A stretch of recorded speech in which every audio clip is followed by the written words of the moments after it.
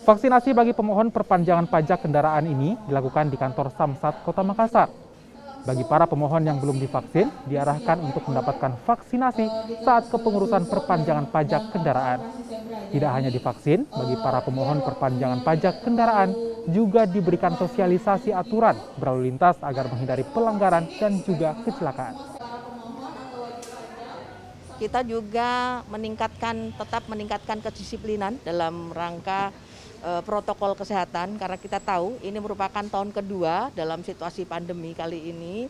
Jadi ini kita sudah juga melaksanakan operasi zebra dalam situasi pandemi.